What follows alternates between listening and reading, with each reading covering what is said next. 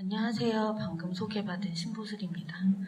훨씬 더 캐주얼할 줄 알고 편한 마음으로 왔는데 약간 좀 긴장되고 앞에 얘기를 못 들어갖고 혼자 딴소리 하고 있는 거 아닌지 걱정도 되고, 근데 좀 3시간 정도면 긴 시간이라 앞에 되게 어려운 얘기로 머리가 복잡하셨을 것 같아서 저는 기본적으로 저희 미술관에서 뭘 하고 있는지에 대한 부분들을 좀 말씀드리려고 합니다. 되게 제목은 거창하게 플랫폼의 확장인데요. 사실 이게 바깥에 공개될 수도 있다 그래서 제가 말을 좀 가려서 하려고 마음은 잡고 왔는데 하다 보면 잘 될지는 모르겠습니다. 제가 이제 토탈미술관 10년째인데 산림미술관 좀 어렵습니다. 재정적으로도 되게 어렵고, 그리고 요즘에 전시가 예전에는 컨셉이 좋으면 좋은 전시가 나왔던 것 같은데 요즘엔 돈이 들더라고요. 그래서 전시를 만드는 일이 사실 저희한테 굉장히 부담이 되는 일이라서 작가들하고 하는 뭔가 다른 일들을 찾아보고 하다가 몇 가지 요즘 어떻게 보면 굉장히 딴짓인데, 큐레이터로서 전시 만드는 일이 한 저의 일의 3분의 1 정도 되고요. 나머지 3분의 2는 ODA 사업, 그러니까 해외 원조 사업하고 그 다음에 CSR, 사회적 기업이라든지 기업의 사회적 책임, 윤리 뭐 이런 쪽 프로젝트들을 조금 더 많이 고민을 하고 있습니다. 조금 더 자세한 얘기는 진도 나아가면서 말씀드리겠습니다. 제가 미디어시티 서울에서 일을 했었는데요. 그 전에 97년도 석사 논문이 사실 예술과 기술, 인터랙티비티를 중심으로 뭐 이런 거였었어요. 그러고 나서 운 좋게 아트센터 나비를 들어갔고, 운 좋게 미디어시티 서울에서 일하면서 본의 아니게 미디어아트 전문 큐레이터라는 이상한 네이블을 붙이게 됐는데, 미디어 전시 안 한 지 10년이 지났는데도 자꾸 그런 이름으로 저를 불러주시는데, 미디어 전시를 안 하게 된 이유가 뭐였냐면, 어느 날 정신 차리고 보니까 전시 제목은 다른데 작가들은 똑같고, 그리고 그때 처음에 미디어 전시할 때 사실 상대적으로 예산이 좀 덜 들었었어요. 컴퓨터만 있으면 되고 보험 좀 안 들어도 되고 굉장히 프랙티컬한 이유였는데, 정신 차리고 보니까 이게 계속 너무 똑같은 작가들과, 그리고 관객들의 반응에도 사실은 굉장히 많이 실망했었어요. 왜냐하면 이 작가가 뭘 얘기하는지를 궁금해하기보다는 이거 어떻게 하는지 나 알아, 그러면 작품에서 바로 떨어져 나가거든요. 그러니까 영상을 보는 것보다 더 집중하지 않더라고, 인터랙티브 작업에는. 그래서 차라리 이거면 롯데월드가 낫겠다라는 생각이 들어서 이제 미디어 아트 전시를 한동안 안 하고 있다가, 저희 부모님께서 2000년에 말레이시아로 저로부터 독립해서 가셨어요. 여기인데 그래서 갔더니, 여기 혹시 가보신 분 계실 수도 있는데 코타키나발루라고 또 관광지로 굉장히 유명한 동네입니다. 이런 동네예요. 갔더니 너무 좋은 거예요. 일단 제일 좋은 건 미술관이 없어서 너무 좋았어요. 일단 유럽에 가면 전시를 보러 가야 되잖아요. 업계 종사자로서 왠지 전시 안 보면 굉장히 뭔가 직무유기를 하는 것 같고, 근데 갈 미술관이 없어서 너무 좋았어요. 근데 그것도 하루 이틀이지 3년 4년 되니까 너무 지겨운 거예요. 맨날 똑같거든요. 계절도 안 바뀌고 되게 평화롭고. 사실 제가 그때 생각이 들었던 게, 여긴 예술이 필요 없겠구나. 그러니까 굳이 예술하지 않아도 되는 굉장히 평온한 그런 데라고 생각이 들었는데, 이제 한 4, 5년 지나니까 거기 아는 사람도 생기고 거기 학교에 있는 학생도 알게 되고. 근데 그 학교에서 되게 재밌었던 게 애니메이션 센터예요. 컬리지인데 말레이시아가 우리보다 훨씬 더 못 산다고 생각을 많이 하실 수도 있지만 자기네 로컬 사람에 대한 지원은 굉장히 좋아요. 그래서 1년에 2번씩 정부 돈으로 정글에 아이들을 리크루트를 하러 가요, 학생들을. 그래서 걔네들을 데려다가 먹여주고 재워주고 월급 주고 기술 가르쳐주고. 근데 문제는 뭐냐면 애들이 별로 의욕이 없어요. 그러니까 저도 가면 뭐가 딱 하고 싶어지진 않아요. 그냥 이렇게 느슨하게 가도 하루는 가는 거니까 굳이 바쁘지도 않고. 그래서 갔는데 이제 여기 있는 친구가 뭐라고 얘기를 했냐면, 자기네도 미디어 아트 뭐 이런 거 하고 싶다는 거예요. 근데 왜냐면 사실 테크놀로지는 동남아시아가 나쁘지 않아요. 왜냐면 인터넷 보급률이나 이런 것도 거의 우리나라랑 비슷하고 또 요즘에는 스타벅스 다 들어가 있어서 무선 인터넷 다 되고 그러니까 애들이 다 이만한 전문가용 카메라 들고 다니는데 그거 가지고 해질 시간에 바닷가 가는 거예요. 1년 365일 선셋만 찍어요. 아니면 자기 친구 얼굴만 찍고. 그러니까 그 같이 일했던 여기 친구는 영국에서 약간 공부도 했고 그래서 자기가 뭘 같이 하고 싶다. 그래서 이제 제가 작가들한테 자 우리 그러면 한번 동남아를 가보자. 그때 작가들이 다 너무 좋아하더라고요. 그래서 갔어요. 가서 미디어 아트 워크숍을 했는데 아두이노 같은 거 쓰는 되게 간단한 걸로 이렇게 뭐 맞추면 소리 나오고 이러는 거예요. 근데 작가들이 너무 힐링을 받은 거죠. 왜냐면 우리나라 관객분들의 되게 그렇게 냉대와 무시 속에 있다가 여기 갔더니 진짜 이렇게 불 다 들어오면 애들이 와 하고 박수치고 다 너무 좋아하고 거기에 리액션을 받으면서 너무 좋아한데다가 그리고 여기는 저희 그러니까 토탈미술관하고 거기 사바 애니메이션 센터하고 약간 협업 관계라서 저희가 항공 숙박을 데리고 가면 거기 전체 비용은 말레이시아에서 다 대줘요. 그러니까 막 먹여주고 그 관광지 여기 보시면 이 섬에 가서 마지막 날 같이 운동회하고 막 이러거든요. 그러니까 그런 것도 너무 좋았고 동남아까지 작가들이 갈 일이 별로 없잖아요. 뭐 가더라도 작가들 기획자도 대부분 전시하고 오는 정도니까 가서 애들하고 놀고 그러니까 그런 부분들이 너무 좋았다고 하더라고요. 그래서 원래는 한 번 하려고 했었는데 우리 조금 더 가보자 라고 해서 계속 지금 한 5년 정도를 계속 했어요. 근데 재밌는 건 이 포스터 어떠세요? 좀 괜찮지 않나요? 별론가요? 이게 약간 플레이그라운드의 내 사각형과 이게 2010년을 디지털로 풀은 굉장히 철학적인 포스터인데 근데 가서 붙여놨더니 눈에 안 보이는 거예요. 그러니까 동남아의 햇빛과 컬러에는 이런 미니멀한 포스터는 거의 안 오는? 그래서 이제 그 다음에 가서 저희가 어디로 넘어가야 되죠?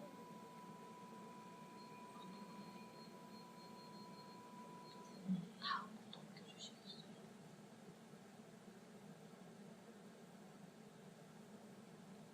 멈출 만큼 용량이 크지 않나요?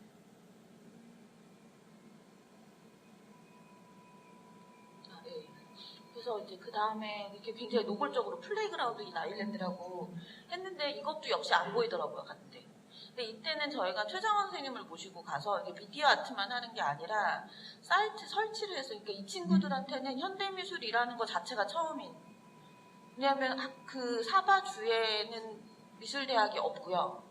그러니까 미술을 한다고 그냥 유화로 풍경화 그리는 사람들만 모여 있는 데인데 이렇게 막 가서 죽은 나무에 꽃 달고 저수지에다 꽃 설치하고 도서관 입구에다가 이런 그 동네에서 천사다가 머리 따듯이 따갖고 설치하고 이랬어요. 근데 다들 너무 좋아한 거죠. 근데 요 나무가 사실은 저희를 이 동네에서 굉장히 유명하게 만든 나무인데 저희가 늘 동남아시아 갈 때는 겨울에 가거든요. 그래야 페이스북에 사진 한 장이라도 올렸을 때 폼나잖아요. 여기 되게 추울 때 우리 따뜻한 남쪽 나라 막 이러면서 근데 동네 분들이 이걸 보시고 너무 예쁘다며 사바 타임즈에다 보낸 거예요, 사진을. 그래서 저희가 사바 타임즈 일면에 막 한국에서 작가들이 와서 뭘 했다고 이런 식으로 되면서 이제 유명 인사가 되고 지역에서도 이제 조금 더 협조들을 해줘가지고 굉장히 편하게 프로젝트를 해외에서 하는 건데도 그리고 또 하나 되게 재밌었던 거는 겨울에 하고 나면 좀 있으면 구정이 되는데 구정 때 그 동네에 이 꽃이 동이 난 거예요. 그냥 보았더니 이뻤더라. 그래서 동네 분들이 그냥 꽃을 사다가 자기네 집에다가 다 나무를 붙여서 저희 어머니가 깜짝 놀래가지고 최정화 작가 카피가 지금 나 돌아다닌다 여기 이거 어떡하냐. 짐작하시겠지만 최정원 선생님 되게 좋아하셨고요. 그래서 이렇게 뭐 설치하는 것도 애들하고 같이 해보고 그다음에 포스터가 확 달라졌죠. 도저히 저희의 감성으로는 포스터가 안 나오는 거예요. 그래서 이제 거기 친구들이 하는 일들을 조금씩 넓혀준 거죠. 그럼 니네들이 한번 만들어봐라. 했더니 이렇게 깜찍한 캐릭터까지 해갖고 자기네들이 이걸 만들었어요. 그러니까 자기네들이 만드니까 동네방네 다 뿌리고 다니고 그래서 이제 같이 뭐 섬에 가서 망가진 그림 오려갖고 종이학도 접고 그 송호준 작가 같이 가가지고 그 원래는 이게 성층권까지 가는 벌룬을 올려갖고 지구를 촬영하는 프로젝트였는데 저희가 여기 갔더니 여기가 비행기 가는 그 루트래요. 그래갖고 선생님들이 완전 패닉이 돼가지고 사고 나면 큰일 난다. 그래서 이제 굉장히 큰 원대한 미디어트에서 시작했지만 약간 업 스타일의 아기자기한 프로젝트로 바뀌었고 뭐 이렇게 LED 라이트 갖고 라이트 드로잉도 하고 그러니까 그런 것들을 보통 한번 가면 10개에서 15개 프로젝트를 동시에 같이 진행을 하거든요. 그러니까 사실 굉장히 지금은 거의 전문가급으로 되게 잘 하고 있습니다. 2013년에는 오긴 콜렉티브가 가서 이제 이 가방 만들기를 같이 했는데 이때 저희가 되게 많이 놀랬던 게 뭐였냐면 이거 담당하는 친구가 시작을 해야 되는데 안 오는 거예요. 그래서 왜 이렇게 안 오니? 그랬더니 자기가 이 고양이가 담겨있는 그려져 있는 이걸 찾다가 늦어졌다는 거예요. 워크샵에. 그래서 막 만들고 나서 뭐라고 얘기했냐면 오긴한테 이거 너네들이 간 다음에 우리가 여기서 만들어서 팔면 안 되냐고. 오긴 뭐 당연히 너무 좋아하죠. 기특하잖아요. 뭔가 이렇게 프로젝트를 계속 하겠다고 하니까. 그래서 그걸 뭐 하려고 하는데 그랬더니 말레이시아의 우기 때는 상관이 없는데 건기 때는 비가 안 와서 길고양이 길강아지들이 되게 많이 죽는데요. 목말라서. 그래서 강아지 고양이 사료 푸대를 가지고 가방을 만들어서 팔아서 물통을 해서 자기네들이 강아지 고양이 물통을 주겠다고.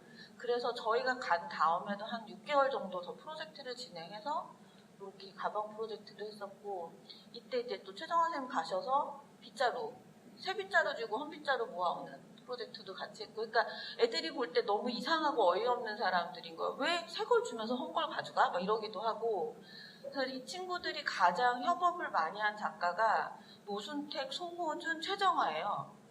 그러니까 뭐만 하면 맨날 최정화 불러오라 그러고 뭐만 하면 송호준 불러오라고 그래서 그분들이 그렇게 너네들의 만만한 친구가 아니란다. 저희가 농담삼아 그러는데 그래서 이렇게 계속 프로젝트를 했는데 사실은 제가 이거 시작할 때 혼자서 갖고 있었던 흑심이 있었는데 동남아에 가보시면 아시겠지만 굉장히 지루해요.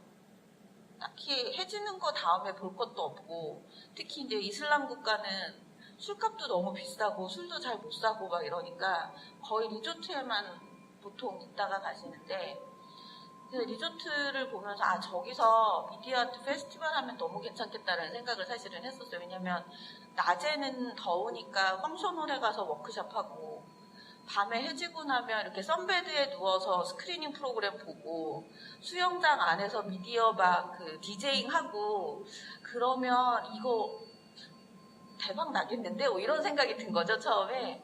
근데 그걸 하려는데 애들이 일을 모르니까 애들을 가르쳐야 되는 상황이 돼서 이 프로젝트를 했는데 2014년에 딱 무슨 생각이 들었냐면 이거 하면 안 되겠다라는 생각이 들더라고요.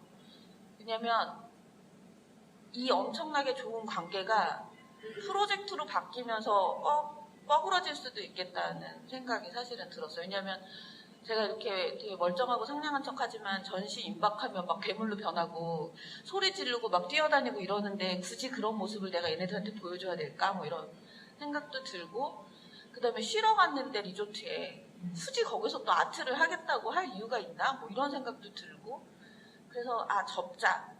그래서 되게 과감하게 접었어요. 마음을. 그리고 이제 이 친구들한테 그만둬야 되겠다. 플레이그라운드는.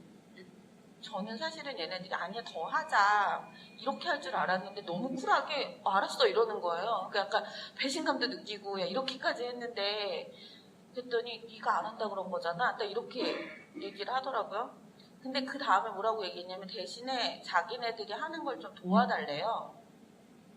그래서 너네가 뭘 하는데? 라고 했더니 그 학교에서 바틱을 가르친대요. 바틱 아세요? 혹시 이렇게 밀라브로 그림 그려서 염색하는 건데 인도네시아가 제일 유명하고 동남아에는 대부분 그게 있어요. 자기네들이 학생애들한테 그걸 가르치는데 그 자기네들이 만든 것 갖고는 안 되겠다는 거예요. 우리가 아무리 만들어봐도 싸구려 동남아 기념품밖에 안 나온다. 그러니까 너네가 도와다오. 그래서 우리가 뭘 도와주면 되겠니? 그랬더니 또 최정화를 불러다오. 최정화 선생님의 그림을 받아서 바틱을 하면 그거를 우리가 아트 라인으로 팔면 훨씬 더 잘 팔지 않을까? 뭐 이러면서 얘기를 한 거예요. 근데 저는 사실 되게 좋았던 게 5년에서 6년 사이에 이 친구들이 자기네들이 하는 일에 대한 생각이 조금씩 바뀌는 거예요. 그러니까 접근 방식이 조금씩 바뀌고 자기네들도 뭔가 새로운 걸 할 수 있다는 생각을 이제 하게 된 거죠. 그래서 얘네들이 얘기한 건 그거예요. 이제 학교에서 바틱을 가르치고 자기네들이 근데 바틱을 다 잘하는 건 아니니까 배운 애들 중에 일부는 고향에 가서 재료를 키우고 여기서 바틱을 만들어서 팔면 거기에 대한 수익금을 나누면 그러면 우리가 굳이 관광산업에 속하지 않아도 바틱을 하면서 잘 살 수 있지 않겠냐라는 엄청난 기특한 생각인데 사실 이게 사회적 기업 돌아가는 거, 뭐 협동조합 돌아가는 그 방식이잖아요. 근데 얘네들은 그 단어를 쓰진 않았지만 제가 볼 때는 약간 그 그림이었었던 거고 아 그래 그러면 한번 해보자 해서 이제 처음으로 갔어요. 그래서 이거 바틱이라고 또 이렇게 포스터도 바틱 스타일로 바꿔가지고 이걸 만들었는데 정말 너무 놀랬던 게 정말 아무것도 안 해요. 딱 시키는 것만 해요. 그러니까 바틱을 하고 있는데 야 이게 뭐야? 그러면 바틱이래요. 바틱이 뭐야? 그럼 이거야. 그러니까 이게 뭐냐고. 바틱이야. 바틱이 뭔데 이거야. 그러니까 역사도 모르고 내용도 모르고 그냥 시키는 대로는 되게 잘해요. 근데 막 하다가 너무 덥고 피곤하니까 애들이 하나둘씩 없어져요. 그럼 보면 구석에 가서 또 자고 있어. 그럼 이제 깨워가지고 앉아서 이걸 하면 이건 재료가 뭐야? 그럼 몰라. 그래서 저희가 가서 그러면 이거를 조금 다른 식으로 조직을 하면 좋겠다라는 생각이 들었던 거죠. 이건 첫 번째 말레이시아에서 했었던 바틱인데요. 나중에 시간이 되면 조금 보고 그래서 이제 여기서 이걸 했는데 이때 되게 재밌었던 게 지금 바틱 프로젝트로 그러니까 너무나 자연스럽게 플레이그라운드라고 미디어 아트 페스티벌을 만들려고 했다가 거기에서 지금 바틱을 만드는 프로젝트 거의 처음에 시작은 사회적 기업으로 들어갔는데 지금은 거의 ODA 사업이 돼버렸어요. 왜냐면 이게 또 되게 우연인데 평창 동계올림픽이 있잖아요. 그래서 거기에 같이 병행하는 걸로 문화올림픽이 있어요. 그래서 문화올림픽에서 뭘 하냐면 그러니까 동계올림픽은 반쪽짜리 올림픽이라 그러잖아요. 그냥 북구에서나 주로 하고 겨울이 있는 나라에서 하는 거지 동남아나 이런 데서 참여할 수 없으니까 거기에 있는 아이들을 다시 이제 평창으로 초대하는 이런 라인으로 예술가들을 동남아에 파견하고 거기서 프로젝트를 하고 얘네들을 겨울에 한국에 부르고 또다시 예술가가 가고 해서 3년짜리 프로젝트거든요. 근데 그거가 제안이 들어온 거예요. 인도네시아 거기 껴있는데 바틱을 했으면 좋겠다. 근데 이제 저의 얘기는 우리가 바틱을 하고 있는 건 맞는데 우린 동남아시아에서도 말레이시아라겠다. 근데 문제는 말레이시아는 원조 대상국이 아니에요. 1차 원조 대상국이 아니라 저희가 말레이시아에서는 못하는 거예요. 그래서 이제 제가 다시 그 말레이시아에 있는 애들한테 야 이런 게 있는데 너넨 안 된대 그랬더니 애들이 걱정하지 말라고 우리한테 바틱을 가르쳐주는 분은 인도네시아 분이래요. 그래서 저희가 이분인데 이분의 고향을 간 거예요. 그래서 이걸 연결해서 이제 그 수라바야라는 데를 전 인도네시아도 처음이었는데 보통 자카르타랑 족자카르타가 사실은 바틱으로 제일 유명한 데인데 저희는 이거가 그러니까 바틱을 예술적으로 푸는 게 아니라 예술계와 다른 분야의 사람들이 모여서 바틱으로 무엇 할 수 있는지에 대해서 이제 실험을 하는 그런 프로젝트였는데 그래서 여기 인도네시아 이런 동네예요. 여기에 가서 이렇게 갔던 거지 이 사람들이. 그러니까 편집 디자이너도 가고 패션 잡지 에디터도 가고 공간 디자이너도 가고 CSR 전문가도 가고 사진 작가도 가고 영화 감독도 가고 영상 작가도 가고 패턴 디자이너도 가고 그다음에 큐레이토리얼 팀은 이때는 한국하고 말레이시아가 같이 붙어서 갔고 그다음에 이제 통역하고 진행 보조로 이렇게 갔는데 처음에 이제 얘기를 했더니 걱정하지 말라고 우리 선생님이 하는 선생님의 고향에 바틱 센터가 있는데 거기가 되게 유명한 데니까 거기서 하면 된다고. 전 진짜 센터인 줄 알았어요. 이거예요. 그러니까 1년 렌트비가 30만 원이더라고요. 우리나라 돈으로. 근데 이분이 여기서 하시는 분이 되게 대단하셨던 것 중에 하나는 그러니까 동네가 굉장히 가난한 동네예요. 가난한 동네인데 동네에서 애들을 모아서 애들하고 그 엄마들을 모아서 바틱을 가르치고 거기다 이제 돈을 주는 거예요. 근데 이제 얘네들은 여길 왜 갔냐면 저녁 때 가면 밥을 주세요, 그분이. 그러니까 밥 먹으러 가는 거. 바틱을 배운다기보다 밥 먹으러 가고, 그다음에 집안이 보통 한 달 월 생활비, 그러니까 한 달에 인컴이 한 25만 원에서 30만 원 정도인데, 엄마들이 부지런히 집에서 바틱을 하면 한 달에 8만 원 정도를 번대요. 그럼 그거는 굉장히 큰 돈인 거예요, 얘네들한테는. 그래서 이제 그런 이유로 온다고 하더라고요. 그래서 이제 저희가 가서 프로젝트를 했고, 이거 링크를 좀 열어주실 수 있을까요? 가서 책을 만들었어요.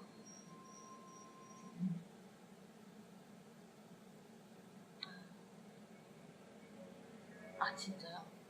안타깝네요. 그래서 가서 책도 만들고, 그 다음에 이제 영상도 같이 찍고, 동영상도 만들겠는데, 제가 나중에 자료집에 드리면 보시면 좋을 것 같은데, 이때도 저희 말레이시아에서 경험이 있잖아요. 얘네들이 열심히 하지 않는 애들이라는 걸 일단 알고 있고, 별로 기대도 하지 않았어요. 그래서 갔는데, 얘네들은 조금 다른 게 뭐였냐면, 말레이시아 친구들은 나라에서 돈을 주고 바틱을 가르쳤던 거고, 인도네시아는 가난한데 뭔가 다른 자기 삶을 바꿔보려고 온 거예요. 그러니까 집중도가 사실은 되게 다르더라고요. 근데 더 문제는 말레이시아는 그래도 교육을 받은 애들이고, 여기는 반 이상이 학교도 못 다니는 그런 애들이에요. 그러니까 여기 오려면 아빠가 오토바이를 태워주지 않으면 못 와요. 그러니까 사실은 같이 갔던 이 다양한 팀들도 너무 힘들었던 게, 하수도 시설이 전혀 안 돼 있는 그런 동네였던 거죠. 그러니까 저희가 일단은 호텔에서 모든 걸 다 먹고, 그 다음에는 이제 저녁 먹을 때까지 잘 안 먹고, 물도 잘 안 먹고, 그러면서 했는데 애들이 너무 그러니까 재밌어 했던 건 그거 같아요. 누구도 그걸 질문해 본 적이 없는 거예요, 자기네들한테. 근데 저희가 계속 물어보거든요. 이 재료는 무슨 색깔이 나와? 이건 어떻게 생겼어? 전화문은 뭐야? 막 이걸 계속 물어보니까 자기네들끼리 이제 공부를 해야 되는 상황이 되고, 그거를 가지고 그럼 우리가 잡지를 만들어 보자. 그래서 바틱으로 잡지도 만들고, 이때 애들한테 줬던 태스크는 뭐였냐면, 너네들이 생각하는 겨울은 뭐야? 라고 이제 질문을 하고, 그 겨울을 그려서 바틱 스카프를 만들었어요.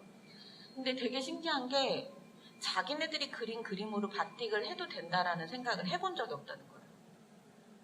왜냐면 옛날에 우리 인형 눈알 붙이듯이 그냥 계속 그 일만 하면 돈이 들어왔던 거고, 거기에 대해서 내가 뭘 할 수 있는 거가 있다라는 생각을 전혀 못했던 거예요. 근데 되게 재밌는 게, 어떨 것 같으세요? 겨울이 없는 나라에서 너희가 생각하는 겨울은 어떤 거야? 라고 질문하면 되게 예쁜 얘기가 나올 것 같죠? 그렇지 않아요? 되게 막 상상의 나래를 펼치고. 왜냐면 사실 겨울이 없다고 하지만 TV가 있기 때문에 겨울이 뭔지는 알아요. 눈이 뭔지도 알고. 근데 너무 깜짝 놀란 게, 자기 겨울이 싫다는 거예요. 있지도 않은 겨울이 싫대요. 그래서 왜 싫어? 그랬더니 겨울이 되면 눈이 내리고 추워서 망고가 안 열리는데, 망고가 안 열리면 우리 집에 인컴이 줄어드는 거예요. 굉장히 실질적인 얘기를 하더라고요. 그리고 우리 엄마 아빠는 너무 나이가 많은데, 왜 동남아 애들이 많잖아요. 그러니까 막 얘는 한 열 몇 살인데 엄마는 이미 70세 막 이렇게 되는 경우들도 있고, 그러면 우리 엄마 아빠는 추워서 못 견딘다고. 난 겨울이 싫다고. 근데 이제 저희가 같이 갔던 데 인도네시아, 그다음 베트남, 콜롬비아, 말라위 이렇게 나라에 파견이 돼서 나갔는데, 말라위에서 온 애가 했던 얘기 더 재밌었던 게, 자기 눈에 대해서 들어본 적이 있대요. 근데 눈이 하늘에서 뭐 하얀 가루 같은 게 내린다 그래서 그걸 모아서 빵을 만들면 될 거라고 생각을 했는데, 눈을 닫자마자 녹으니까 이게 빵이 안 되는 거라고. 그래서 자기 너무 실망했다 그러기도 하고, 인도네시아 애들은 나무가 이파리가 없는 게 너무 이상하다고, 와서 본 겨울에 대한. 그러니까 그런 자극들이 사실 같이 갔던 작가들한테도 굉장히 조금 자극이 되는 지점이 있고, 그리고 사실은 제가 전시 만드는 거에 자꾸 이렇게 회의적이 되는 이유 중에 하나는, 저희 되게 열심히 하는데 만나는 작가들은 굉장히 자존감 떨어져 있고, 이게 사회에 다시 이렇게 이펙트를 주는 거 잘 모르겠고, 그러니까 전시가 과연 21세기에도 적절한 매체인가라는 건 잘 모르겠는 거예요. 그러다 보니까 이렇게 자꾸 이제 길로 나가고 딴 나라로 가고 이러는데, 그래서 오히려 같이 가서 하고 오면 저희가 더 많이 배우는 지점들, 그리고 그런 것들이 또 작가들한테도 사실은 되게 자극이 되더라고요. 그러니까 가면은 작가들이 작업을 찍는 게 아니라 가서 애들이 필요한 걸 해주거든요. 그러니까 예를 들어 바틱 재료 팜플렛 사진 같은 거 있잖아요. 그거 찍어주고, 그 다음에 저희가 그 팜플렛을 좀 크게 만들었는데 애들 각각의 초상 사진을 찍어줬어요. 그러니까 그런 사진을 찍어본 적이 전혀 없는 애들인 거죠. 근데 되게 신기한 건 집이 정말 가구 하나 없이 너무 가난한 데인데 저희가 각각의 애들 집을 방문을 했거든요. 그러니까 동네에서 돈을 모아가지고 음료수를 사왔는데 음료수 겉에 레이블이 없어요. 그러니까 재활용의 병이라서 얘가 환타병인데 콜라가 들어가 있기도 하고요. 이것은 한국전쟁 때 썼던 병인 것 같은데 라는 생각이 들기도 하고, 근데 동네 분들이 사서 모아서 해준 거니까 안 먹을 수도 없잖아요. 그리고 바로 앞에 있는 망고나무에 올라가서 망고를 따가지고 깎아주고, 그러니까 그런 게 거의 상상하지 못했던 지점들이었던 것 같아요. 그러니까 저희가 사실 도와준다라고 가긴 했지만 어느 지점부터는 정말 이렇게 약간 콜라보레이션 파트너처럼 되는 그런 부분들이 많고요. 근데 이렇게 막 얘가 제일 어린 애였는데 이렇게 바틱하는 거 가르쳐주고, 이거는 이제 동네 가서 재료들, 이게 무슨 재료다 이런 것들 같이 공부하고 그걸로 같이 책 만들고 그랬던 거고요. 그 다음에 이제 두 번째 가서는 저희가 약간 바꿔서 ODA 교육학 하신 분하고 식물학 전공한 사람을 같이 데리고 갔어요. 그래서 가서 요 4개의 프로젝트를 했는데, 왜냐면 일단 1차적으로 바틱에 대한 리서치는 했기 때문에 그거를 기본으로 다른 거를 해보자 라고 해서 갔고, 근데 이 중에서 요 분들 있잖아요. 여기 팀은 작년에 갔던 팀들이에요. 그리고 여기가 이제 새로 들어온. 그러니까 제가 외부에서 프로젝트를 할 때는 기본적으로 갔던 사람이 그 다음에 못 간다고 하기 전엔 일단 가는 거를 전제로. 그래서 사실은 기금 PT할 때 많이 혼나거든요. 왜 맨날 똑같은 사람하고 다니냐고. 근데 이게 매번 사람들이 바뀌면 관계가 만들어지지가 않더라고요. 그러니까 그쪽에서도 우리를 손님 접대를 해야 되는 거고, 우리도 가서 맨날 처음 제로 베이스부터 시작을 해야 되니까 오히려 갔던 사람이 가면 이제 슬슬 친구가 되는 거죠. 그래서 그런 부분에서는 훨씬 더 유익했던 것 같고, 이게 이제 나무 다니면서, 동네 다니면서 나무에다 이렇게 이름표 달아줬어요. 근데 이것도 처음에는 저희가 이렇게 망고 이런 식으로 영어로만 쓰려고 했는데 걔네들이 한글로도 쓰자고, 그러니까 한글을 그린 거죠, 같이. 그래서 이렇게 한글로 나무, 이것도 바틱한 건데 바틱으로 해서 동네 다니면서 이름표 같이 달아주고 돌아다녔고, 그 다음에 이제 애들하고 다니면서 그 동네 지도를 그렸어요. 지도 그린 거를 공동작업으로 이렇게 바틱으로 했는데 되게 재밌었던 게 지도가 이래도 되는지 몰랐다는 거예요. 그러니까 지도는 길만 나와야 되는데 여기 보시면 픽사라고, 이거는 망고 재료, 립스틱 트리라는 망고 재료가 모여있는 데고, 여기 보시면 와이파이가 되는 카페가 하나가 있어요. 그래서 여기다 와이파이도 그려놓고 보면 닭도 있고, 그다음에 여기가 알람바틱, 저희가 한 바틱하는 바틱 센터고, 그래서 이렇게 동네 요 길을 중심으로 있는데 이런 지도를 만들어도 되는지 몰랐다는 거예요. 근데 저희가 이거 만들었는데 너무 예뻐가지고 지금 또 다시 주문을 넣어서 똑같지 않아도 되니까 이거 만들어달라고, 그래서 지금 이걸로 겨울 이불 만들기 하고 있거든요. 이렇게 담요 만드는 거. 그래서 이렇게 같이 이런 작업도 했었고, 이거가 제일 재밌었던 건데, 컬링 아시죠? 저희 나름 동계올림픽하고 연계 짓겠다고, 그래서 컬링을 하자 우리가. 근데 바틱하고 컬링을 어떻게 연결시키냐, 그래서 저희가 이 국제 규격의 컬링판을 바틱으로 만들고요. 애들 옷을 다 바틱으로 염색한 거예요. 그래서 뒤에다가 이름 다 쓰고 염색해서 유니폼 만들고, 그래서 같이 바틱 컬링 하고 막 드론 날리고, 이게 사실 올해 거는 10월 말에 갔다 왔거든요. 그래서 지금 막 한참 에디팅하는 중이라. 근데 되게 재밌었던 게, 저는 얘네들이 맨날 앉아서 되게 조용하게 바틱만 해서 워낙에 활동적이지 않은 애들인가 보다. 너무 잘 뛰어노는 거예요. 그러니까 저희가 이렇게 더운 데서 뛰어놀면 더위 먹는다고 하지 말자고 해도 되게 늦게까지 되게 재밌게 놀았고, 그 다음에 이거는 마지막 날 동네 분들을 다 모셔서 저희가 한 거를 프레젠테이션 하면서 저희가 이때 나름 국제적 팀이 돼서 대만에서 온 사람, 그다음에 인도네시아, 말레이시아, 한국 4개국이 모였던 거거든요. 그래서 4개국 음식을 다 했어요.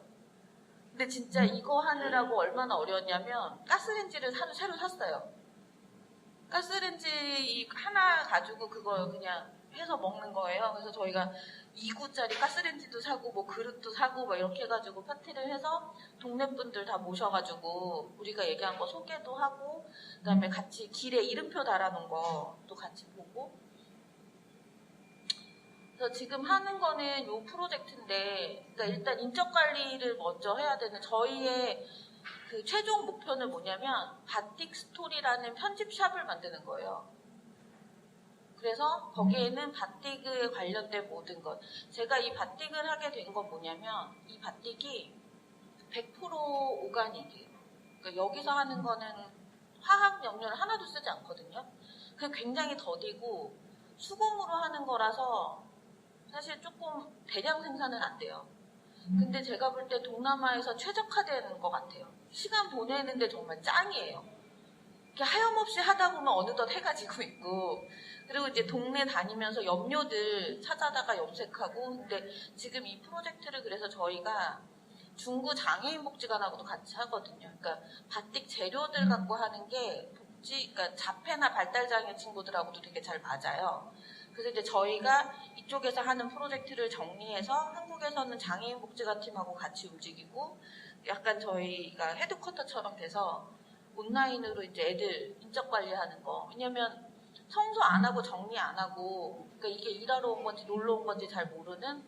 그래서 일단 담당을 딱 정했어요. 담당을 정해서 너네들이 출근하고 퇴근할 때 우리한테 메시지 보내는, 그러니까 일지, 업무 일지 쓰듯이 오늘 뭐 했다 이거를 저희한테 보내면. 근데 되게 재밌는 게 얘네들이 인도네시아 말로 보내요. 그러면 저는 그거를 구글 트랜스에다가 넘겨서 통역을 한번 보고, 그래서 저는 이제 다시 한국말로 쓴 거를 해가지고 하면 이렇게 번거롭기는 한데 그렇지 않으면 일을 안 해요. 그러니까 지금 제일 문제가 사실 이 프로젝트에 가장 힘든 게 한국 사람처럼 일하는 애가 한두 명만 있어도 금방 될 텐데 한 2, 3일만 얘기 안 하면 안 나오고. 근데 그나마 애들이 열심히 하는 이유는 뭐냐면 얘네들한테는 한국하고 일한다는 게 엄청난 부심이 된 거예요. 그리고 일단 모바일은 되니까 전부 다 그거는 하거든요. 페이스북 같은 건 다 해요. 그러니까 거기다 막 자랑하고 이러는 게 되게 큰 일이 된 거죠. 그리고 그 동네에 계신 우리나라로 치면 한 군수님? 그 군수님한테도 저희 프로젝트가 엄청나게 자랑거리가 된 거예요. 그래서 이거를 다른 데서도 몇 군데 더 하자라고 제안을 주시는데, 저희의 계획은 저희가 일할 애들을 교육을 시키고 걔네들이 예를 들어 브랜치를 만드는 건 오케이지만 그게 아닌 거는 어렵다라는 게 하나였고, 그리고 이게 어쨌든 먹고 살게 하려면 생계유지형으로 만들려면 제가 볼 때는 바틱으로 팔아서 먹고 살긴 힘들 것 같아요. 여러분들 이렇게 동남아 가서 되게 예쁜 옷이라서 샀는데 한국에 오면 절대 못 입는, 내가 이걸 왜 샀지? 뭐 이럴 때 있잖아요. 그러니까 그게 패턴이랑 컬러 때문에 그런 거거든요. 근데 이게 천연염료로 가면 약간 다 색깔이 대부분 가루처럼 나오니까 그렇게 예쁜 색깔이 아니라 어트랙티브하지 않고. 그래서 저희의 작전은 뭐냐면 그 바틱 재료들이 거의 99%가 이더블 한 거예요. 먹을 수 있는 재료들. 그러니까 망고 이파리로 뭐 염색을 한다면 우리는 망고 주스를 만들고.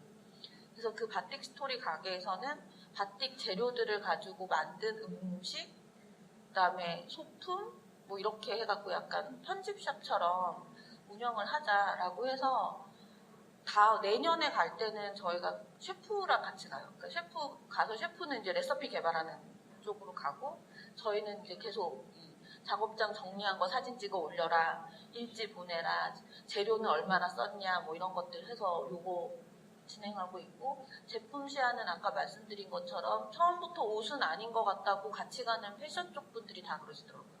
그리고 문제는 걔네들한테서 제품 마감이 안 나와요.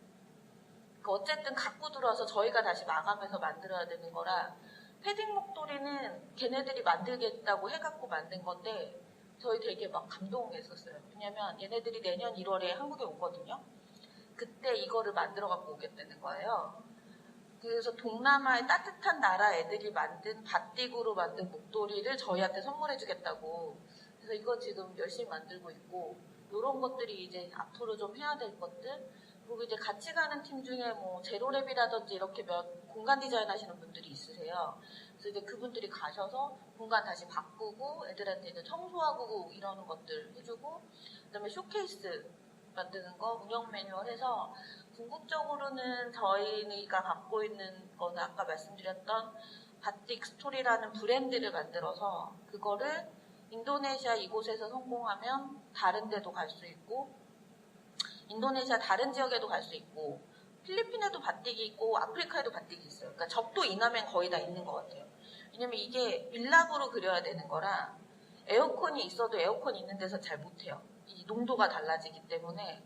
그래서 더운 나라에서 하는 거라서 거기에 약간 세팅이 된다면 조금 뭔가 새로운 걸 해볼 수 있지 않을까라는 지점에서 이렇게 프로젝트를 진행하고 있고요. 1차 데드라인으로 보는 건 저희는 3년, 그러니까 내년까지에는 기본 시안이랑 약간 팝업 스토어 정도 한번 해보려고 지금 노력하고 있고, 그리고 이제 이런 걸 하면서 사실 여기도 마찬가지고 중구 장애인복지관하고 하는 바틱 수업도 마찬가지고, 그걸 하면서 제가 느낀 지점들이 뭐냐면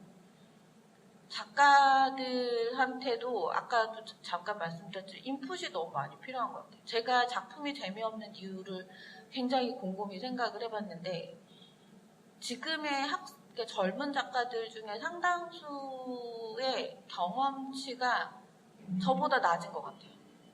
그러니까 이들한테 들어오는 인풋이 별로 없기 때문에 이들이 만난 사람들의 레인지라든지 이들이 어떤 경험한 부분들이 한쪽으로는 깊을지는 모르겠지만 이렇게 다양하지 않아서 그런 게 아닌가. 왜 전시도 그렇잖아요. 작품은 세계 일주를 해도 작가는 작업실에 있잖아요.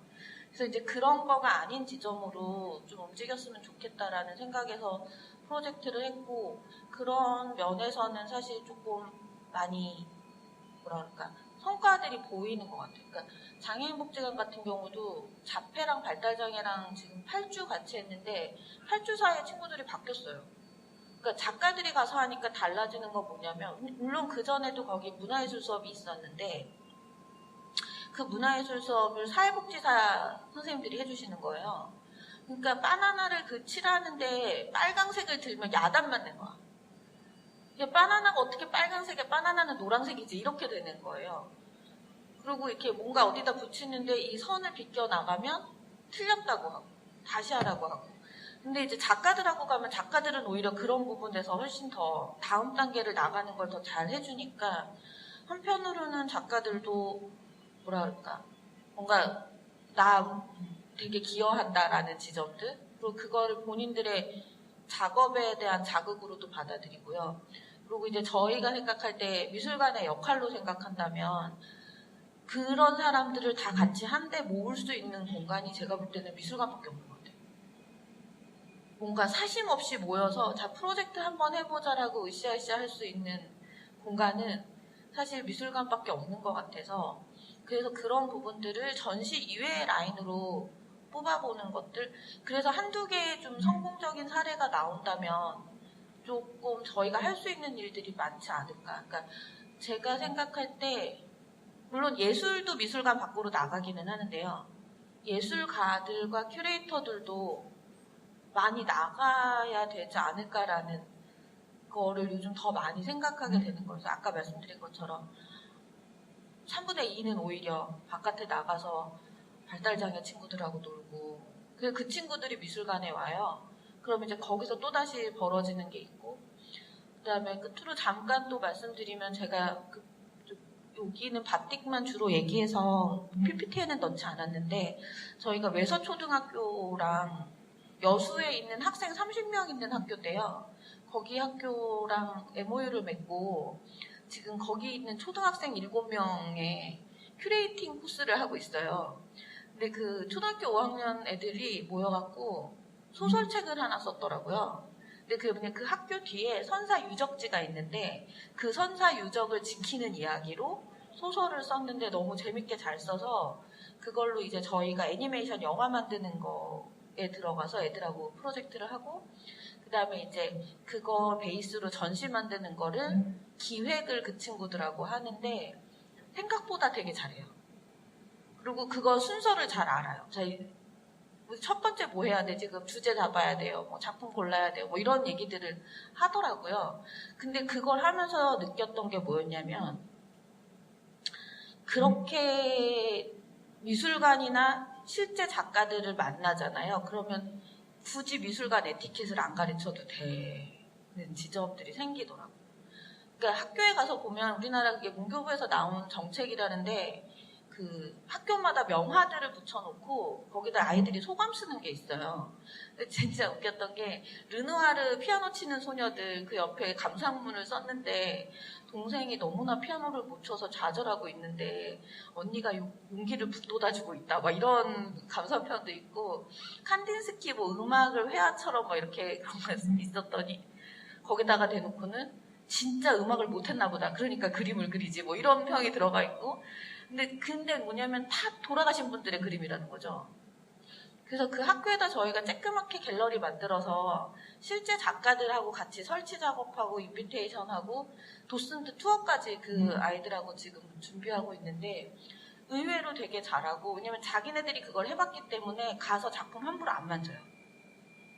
굳이 조용하라고 하지 않아도 자기들 얘기를 듣고 그러니까 동네 어르신들 모아서 가이드 투어를 그 친구들이 하는데 그러니까 그런 부분들이 어떻게 보면 정말 우리가 그냥 가서 그 뭐죠 방과외 학교처럼 시간 때우고 오는 수업 말고 조금 인티미트하게 가서 관계가 만들어지면 그러니까 걔네들이 알고 있는 몇몇 작가들은 어떻게 보면 향후에 컬렉터일 수도 있고 향후에 큐레이터일 수도 있고 그래서 그런 식으로 예술가들이 파견되어 나가거나 예술가들이 사회 속에 들어가는 플랫폼으로는 사실 미술관이 굉장히 적절한 그러니까 미술관으로 오는 것보다는 작가들이 나가는 지점 그리고 그게 사실 사립미술관인 저희의 형편에서 할 수 있는 부분이었던 것 같아요. 그러니까 저희도 되게 럭셔리한 전시를 만들고는 싶지만 그거는 뭐 서울시립이나 국립현대에서 되게 더 잘하시니까 오히려 저희는 그 작가분들하고 노는 더 재미난 플레이그라운드를 조금 더 해보는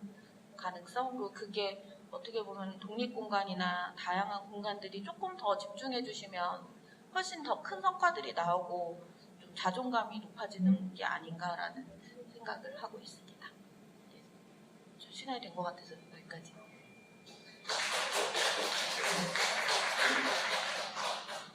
네. 저는 선생님께서 했던 전시들을 되게 재밌게 봤었는데 뭐 이를테면 폴란드 작가 누구였죠? 퍼저스키, 퍼저스키 루마니아. 벌써 이제 기억나요? 네. 그런 전시도 재밌게 봤는데 어느 시점부터 선생님께서 그런 전시가 아닌 지금 말씀하신 것처럼 직접 길에 나가는 그런 프로젝트를 많이 하시는 것 같아요. 로드쇼도 있고. 그래서 좀 뭔가 선생님의 큐레이터십의 어떤 변화가 있다고 느껴졌거든요. 눈치를 채셨군요. 네. 그런 그 속내를 좀 듣고 싶었어요. 그거였던 것 같아요. 그러니까 사실은 약간 주기적으로 오는데 저 사실 미디어시티 끝나고 주스 가게 한 적이 있었거든요. 그러니까 이 전시를 만드는 일이 상당히 소모전이라고 생각이 들고 그리고 저는 되게 이기적인 사람인 것 같아요. 그러니까 내 안에 쌓여지는 부분이 없으면 어느 시점에서 그게 너무 하기 싫은 거예요. 그리고 이제 전시 경우도 그렇잖아요. 저희가 얼마나 고생해서 전시를 만들어요. 근데 와서 보시는 분들의 반응을 보면 정말 내가 이걸 왜 했지? 정말 이 돈으로 착한 일을 하면 세상을 바꿀 수도 있을 텐데 뭐 이런 생각이 들 때도 있고 그리고 막 다 어렵다고 그러고 보려고 하지도 않으면서 어렵다고 하고 막 이러니까 그게 계속 저를 이렇게 깎아먹는 지점들 근데 그렇다고 이게 직업으로 큐레이터를 하면 저희가 3년에 한 번 전시 만들 수 없잖아요. 그 3년은 쌓여야 뭐가 나오는데 저희 미술관 1년에 17개 프로젝트 하거든요. 근데 물론 그거는 여러 가지 다른 워크숍도 있기는 하는데 그게 연구직이 아닌 것 같다라는 생각이 많이 들어서 그러면 내가 단기간에 뭔가 인풋을 받고 자극을 할 수 있는 건 뭘까라는 생각이 들어서 그렇게 했던 거고 사실 액츄 오브 보이싱도 데퍼잡스키도 4년 정도 준비한 거였었어요. 그러니까 그게 그 전에 4년 정도 준비하던 게 이렇게 탁탁탁 몰아붙이면서 결과물들이 나왔던 거고 그리고 이제는 사실 그런 것보다는 조금 이제 실질적인 영향을 주고 싶은데 근데 그게 작품이라는 것과 전시라는 건 적정한 매체가 아닌 것 같았고 근데 안 믿으실지 모르겠지만 제가 낯을 되게 많이 가리거든요. 그래서 사람 만나는 게 싫어서 전시하는 것도 사실은 있었어요. 작품하고만 하면 되니까. 그래서 그러면 21세기 들어갔을 때 큐레이터십은 도대체 뭘까?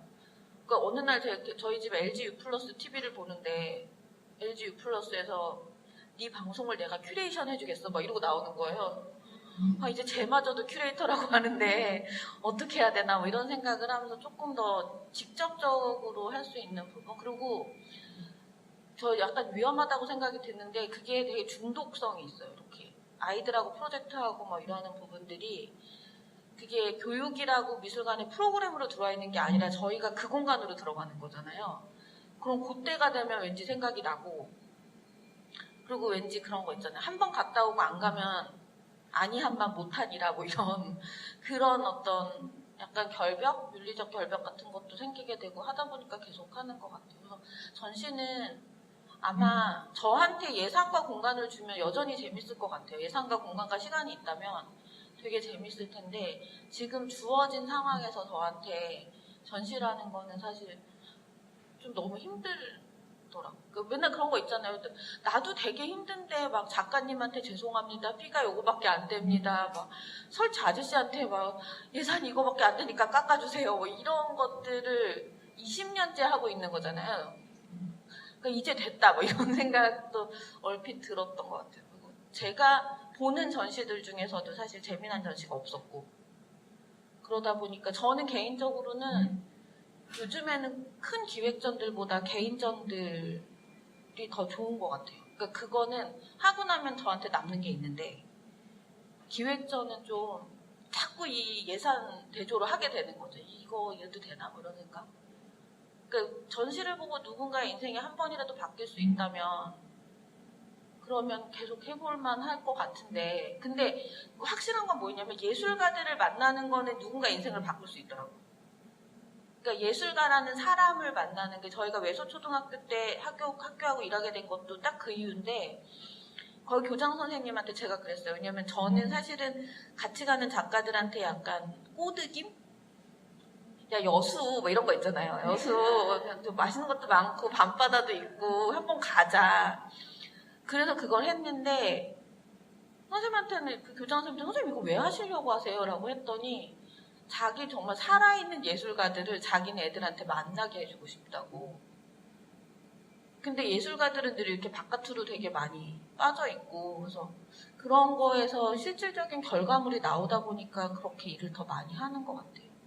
그리고 기획자가 되고 싶어 하시는 분들 되게 많잖아요. 그러니까 저래도 좀 전시에서 빠져나와야 신진 기획자도 전시할 기회가 생기고 콜라보레이션의 여지도 생기고 라는 이제 은퇴할 때가 되어가나 뭐 이런 생각도 하고 있는 것 같습니다. 선생님 그동안 어떤 고민을 하셨는지 많이 알게 됐어요. 미술과 미술관의 역할, 전시, 기능 이런 거에 대해서 근본적인 고민을 하신 것 같고 그리고 외국어를 배우는 게 자기 나라 말을 제대로 하기 위해서 그런다는 말인데 동남아 나라를 이렇게 또 다양한 하시면서 한국에서 또 일을 지금 하시는 그런 것에 대한 그런 그 새로운 얻어오신 거예요. 더 말씀을 듣고 싶은데 제가 궁금한 게 ODA는 정부에서 받아서 하는 거잖아요. 네. 그럼 매년 뭐 성과를 요구하는 게 있지 않나요? 거기서 무슨 이렇게 그쪽에 뭐 기여했던 복지 기여든지 그런 걸 요구하지 않나요? 그게 그러니까 이래서 이걸 바깥에 다 풀면 안 되는데.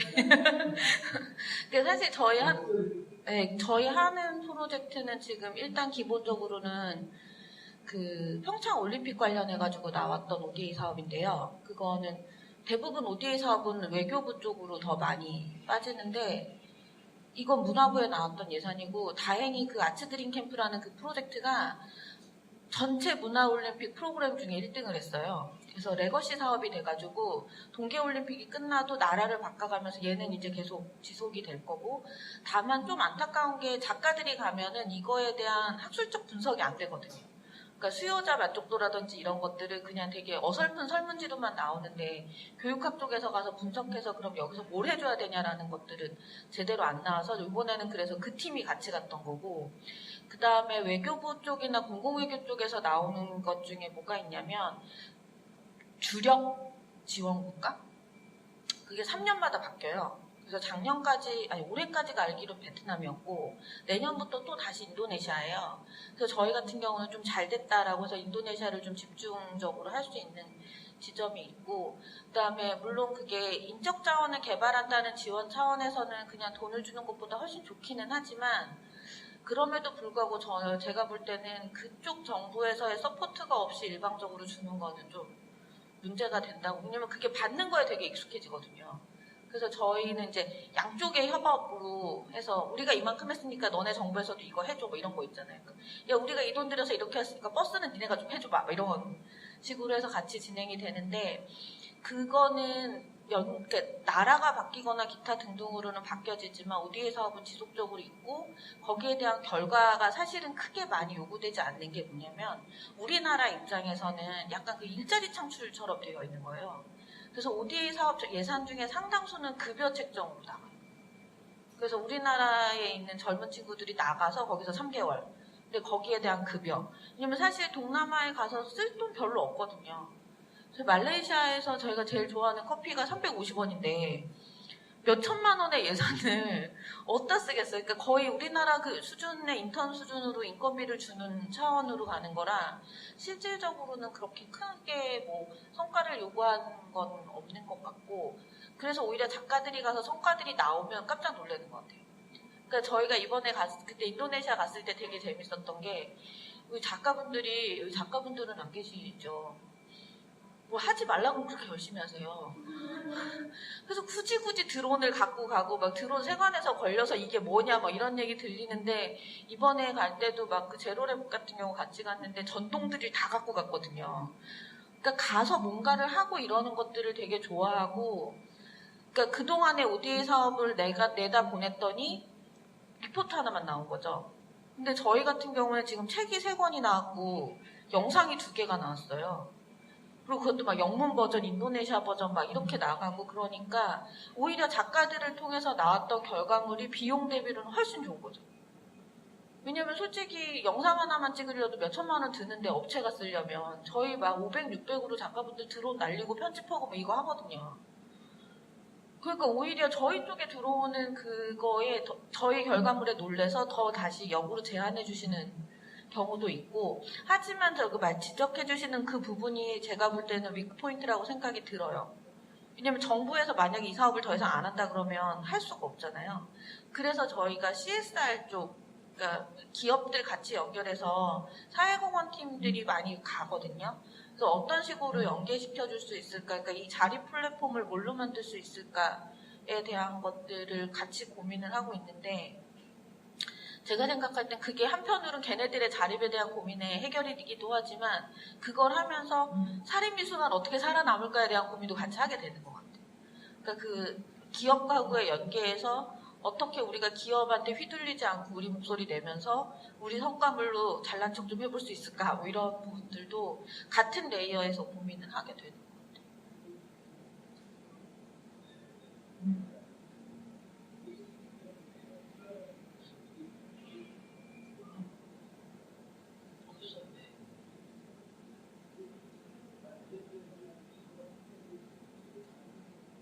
저희도 되게 알리고 싶은데요. 저희 직원이 4명이에요. 그러니까 하나가 갔다 와서 결과물 쓰면 다음 전시를 만들어야 되고 막 이런 라인이라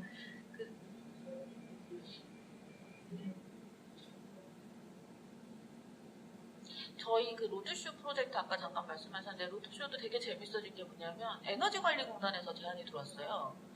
그래서 그 재생에너지 소개하고 이러는 거 작가들하고 같이 예산은 거기서 받아서 그 여행하고 뭐 결과물 내고, 그러니까 작품으로 보는 건 되게 어려워하시면서 또 작가들이 만들었다고 하는 거는 좋아요, 되게.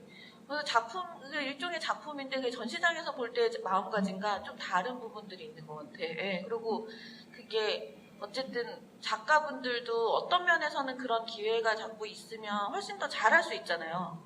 그런 콜라보레이션들을. 그래서 그렇게 해서 프로젝트 들어오고, 그러니까 몇몇 프로젝트들은 그렇게 약간 자기가 자체 펀딩을 하게 되는 지점들이 생기더라고요. 그래서 바틱 스토리 같은 경우도 좀 그렇게 좀 정해져 있으면, 예를 들어 저희가 그 걔네들이 처음에 하고 싶었던 그거 할 수 있거든요. 작가 라인으로 스카프 뽑고 막 이러는 것들 할 수 있는데 아직은 조금 더 시간이 걸리는 거고, 그리고 그 친구들한테도 제가 얘기를 했는데, 나는 너네들이 만든 게 가난한 애들이 만들어서 사주는 제품은 되고 싶지 않다라고 일단 딱 했어요. 그러니까 사서 봤더니 너무 예뻐서 샀는데 어머 니네들이 만든 거야가 맞는 거지.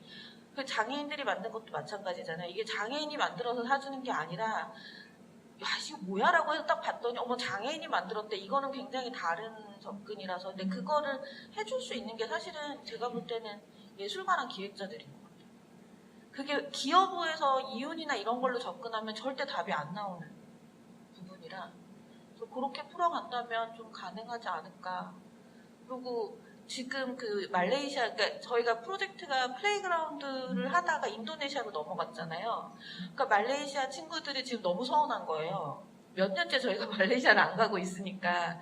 그래서 이제 걔네들이 다시 또 역으로 제안한 게 뭐냐면, 말레이시아 그 동네도 요즘 그 그린에 되게 집중해 있대요. 그래서 뭐 그린 이코노미 뭐 이런 것들 한다고. 그래서 서스테이너빌리티랑 재활용 이런 거 관련한 페스티벌을 만들고 싶다고. 그러니까 이제는 걔네들이 역으로 저희한테 제안을 하는 거예요. 근데 한편으로 동남아에서 프로젝트 하는 게 되게 좋은 게 되는 일도 없고 안 되는 일도 없어요. 그러니까 우리나라 옛날에 70년대 80년대 예를 들어서 위에서 라인에 딱 소개가 되면 바로 다 이렇게 세팅해 주는 것처럼, 그래서 이제 그 국제적으로 서스테이너빌리티 관련된 프로젝트 하는 사람들 해가지고 같이 페스티벌로 해보면 어떻겠냐. 뭐 왜냐면 그게 걔네들도 사실 그 되게 중요한 문제인 게, 비닐봉지가 약하니까 무슨 유리병을 사면 비닐봉지 3개를 해서 줘요. 그리고 다 아무데나 버리고. 그러니까는 되게 다들 막 스쿠버하러 가는 바닷가인데 여기에는 쓰레기들이 둥둥 떠있고, 그래서 저희랑 같이 가서 청소하는 프로젝트도 하고 막 그러는데, 그러니까 그런 면에 있어서 자기네랑도 직결된 거니까 그런 것들로 좀 했으면 좋겠다 해서, 이제 요즘엔 SNS 많이들 쓰니까 서로 이제 찾은 것들 링크 해가지고 그럼 버짓 얼마 드는데 니네가 얼마 해라 우리가 얼마 할게 뭐 이런, 그러니까 그런 식으로 약간 진행이 되면 뭔가 좀 가능해질 수 있는 것들이, 가시적인 것들이 생기지 않을까 싶어요. 저희도 사실 그래서 바틱 스토리를 너무 성공 사례로 PT하고 싶은 욕망이 아주 커서, 작가들도, 그러니까 일부러 요즘에는 같이 갔던 작가들은 그 시간은 스케줄을 빼주세요. 그러니까 매년 가는 거니까 그때는 딱 빼주고 이제 변동사항이 있으면 이제 그때 해갖고. 저희 이번에 갈 때는 대만 친구들은 자비로 왔어요. 자기네도 같이 조인하고 싶다고 해서 자비로 와갖고 자기네들끼리 막 책 만들고. 그래서 아르떼에서 너무 좋아한 게, 갔다 왔는데 막 중국어 버전, 영어 버전, 인도네시아 버전, 한국어 버전 책들 막 나오고. 근데 그게 아르떼 입장에서는 너무 작은 예산이라 미안하다고 하는 거죠, 사실.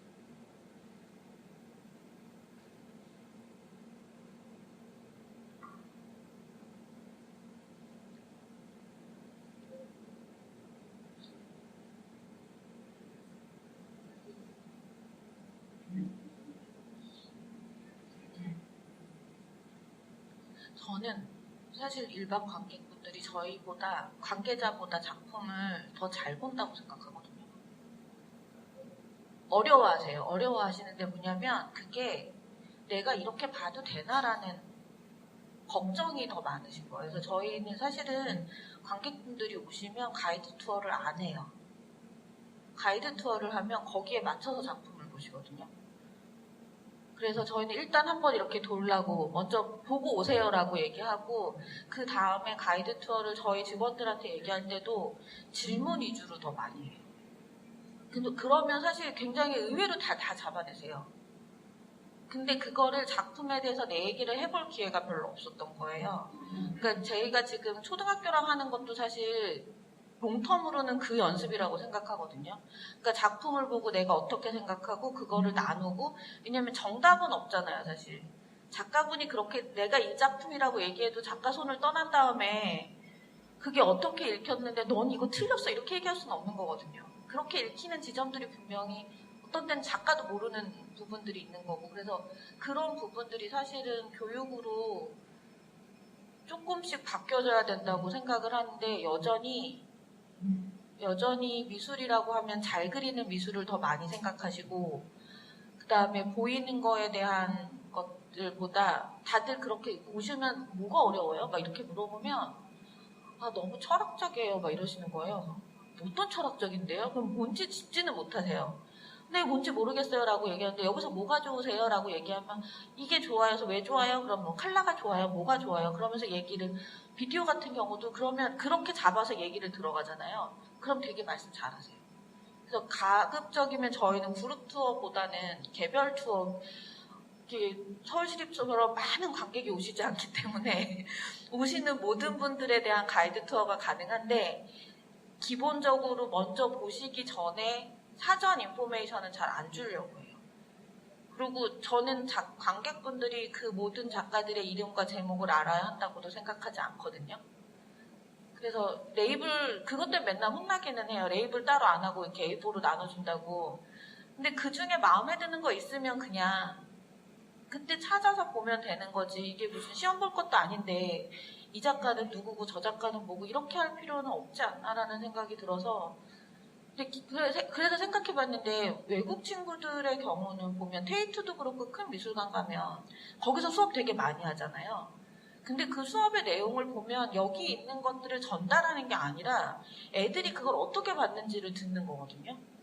그래서 그런 연습들이 조금 더 있어야 되지 않나라는, 굳이 타결책을 찾는다면 한참 걸리겠지만 약간 그런 연습들이 아닐까 싶어요.